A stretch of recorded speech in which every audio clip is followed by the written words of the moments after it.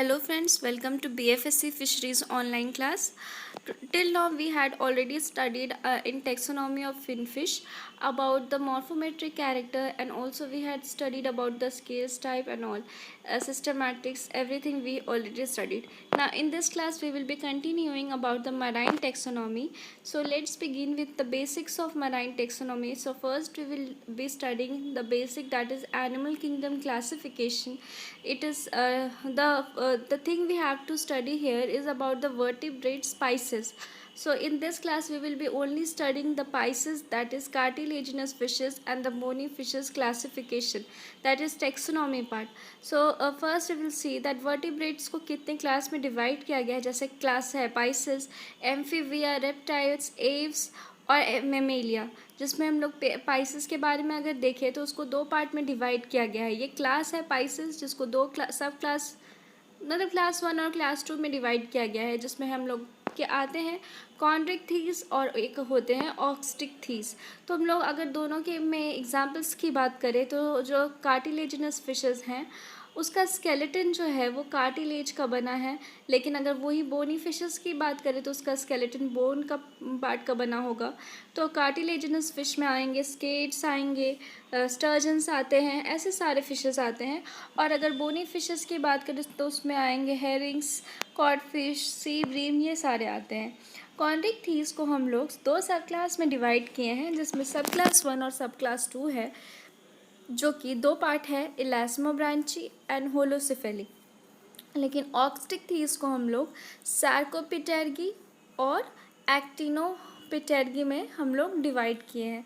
ये बहुत important part होता है इसका सब क्लास, मतलब मेनली एग्ज़ाम में आएगा अगर आता है तो. फिर तो कॉन्ड्रिक थीस में हम लोग देखते हैं कि वो एक्सक्लूसिवली मराइन होते हैं. वही ऑक्स्टिक थीस जो है वो मराइन और फ्रेश वाटर दोनों हो सकते हैं. कॉन्ड्रिक थीस में प्लेकोइड स्केल है एज़ कम्पेयर टू ऑक्थिस थीस, जिसमें साइक्लॉइड्स हैं. इसमें माउथ वेंट्रली लोकेटेड है, और माउथ के लोकेशंस के बाद हम लोग पहले भी कर चुके थे पहले की क्लासेस में. माउथ एंटीरियर टिप पे होगा ऑक्स्टिक थीस में.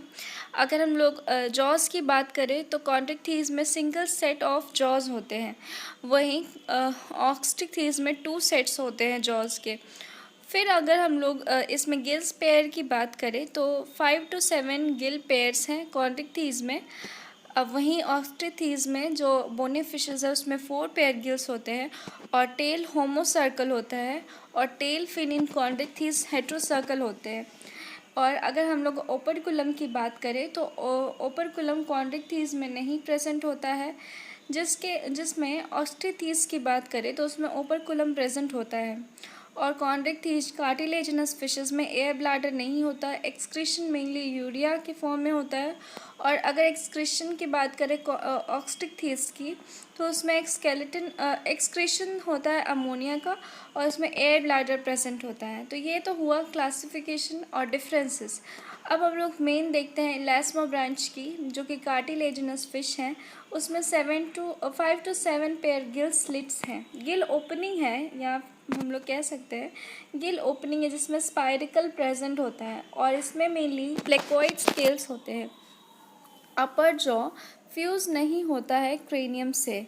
इसमें क्लोकोआ प्रेजेंट होता है, और मेल में इंट्रोमीटेंट ऑर्गन होता है. इंट्रोमीटेंट ऑर्गन यहाँ बहुत इम्पॉर्टेंट है जानना, क्योंकि मेल्स में फीमेल के लिए मतलब जब रिप्रोडक्शन का टाइम होता है तो उसमें इंट्रोमीटेंट ऑर्गन एक क्लास पर होते हैं मेल में, जो कि पेयर्ड ऑर्गन है, जो कि एक उसके मतलब सहारे ही उनका रिप्रोडक्शन होता है. तो इंट्रोमीटेंट ऑर्गन मेल में मेनली होता है, तो ये इलास्मो ब्रांच में पाया जाता है. ठीक है, इसका इमेज हम लोग आगे देखेंगे इंट्रोमीटेंट ऑर्गन का. ये सारे इंट्रोमीटेंट ऑर्गन्स प्रेजेंट है, जो कि डिफरेंट फिशेस में यहाँ पे दिए हुए हैं, दिखाए गए हैं, जो कि मेल में मेनली प्रेजेंट है. अब हम लोग देखते हैं होलोसिफेली के बारे में. ये मेनली इसको हम लोग रैट फिशेस भी कहते हैं, इसलिए क्योंकि इसमें एकदम रैट के जैसे टेल होता है, लॉन्ग स्लेंडर टेल.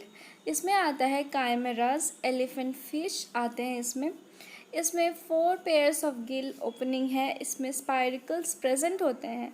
हाँ, और हम लोग उसमें देखे थे कि उसमें भी स्पाइरिकल्स थे और इसमें भी स्पाइरिकल्स प्रेजेंट हैं। और इसके बाद इसमें अपर जॉ फ्यूज़ होते हैं स्कल से, इसमें स्केल्स एब्सेंट होते हैं और मेल में क्लैस्पर्स होते हैं जो कि हेड रीजन में मेनली दिखता है। जैसे उसमें हम लोग देखे थे क्लैस्पर, वो फिर से इंट्रोमीडिएट ऑर्गन में दिखता था मेल्स में, और इसमें मेल में क्लैस्पर प्रेजेंट होते हैं जो कि हेड रीजन में प्रेजेंट है। और ये जो है वो बेसिक गिल्स का यहाँ स्ट्रक्चर दिया हुआ है, जिसमें गिल्स सेप्टम है मेनली इलास्मो ब्रांच में जो कि दिखता है, लेकिन होलोसिफेली में गिल सेप्टम नहीं है। आप देख सकते इमेज में, जहाँ की दो गिल का जो पार्ट है गिल रेकर्स वो सेप्टम से कनेक्टेड है।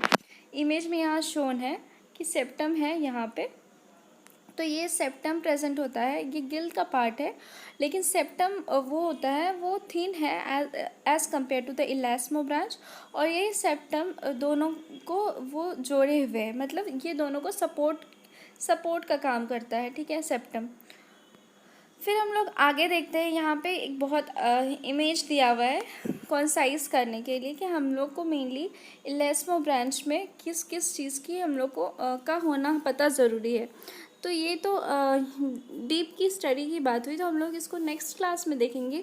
पर यहाँ पे मेनली क्लासिफिकेशन दिखाया गया है, अगर हम देखा जाए तो, जिसमें होलोसिफेली, जिसमें हम लोग इलास्मो ब्रांच अभी देखे, होलोसिफेली देखे, तो इलास्मो ब्रांच में 5-7 गिल स्लिट्स थे, लेकिन होलोसिफेली में मतलब हम लोग देखे थे अभी 4 गिल स्लिट्स प्रेजेंट थे। इलास्मो ब्रांच में अगर हम लोग नो एनल फिन और एनल फिन प्रेजेंट से देखा जाए, कंपेयर किया जाए, तो इसमें कुछ क्लासिफिकेशन दिए हुए हैं। इसकी हम लोग डिटेल में बात आगे करेंगे, बस ये एक इमेज है जस्ट टू रिमेंबर कि किस में कौन सा क्लासिफिकेशन होता है। फिर ये तो हुआ हम लोग का इलास्मो ब्रांच, और हम लोग होलोसिफेली के बारे में देखें, और हम लोग देखें कि कार्टिलेजिनस फिश को कैसे हम लोग डिवाइड किए थे। तो आगे की क्लास में फिर हम लोग कंटिन्यू करेंगे इसी मैराइन टेक्सोनॉमी को। Thanks for watching, and if you like then please subscribe. Thank you so much. And if you want something new, like whatever video you want, then you can comment here on the comment section. Thank you.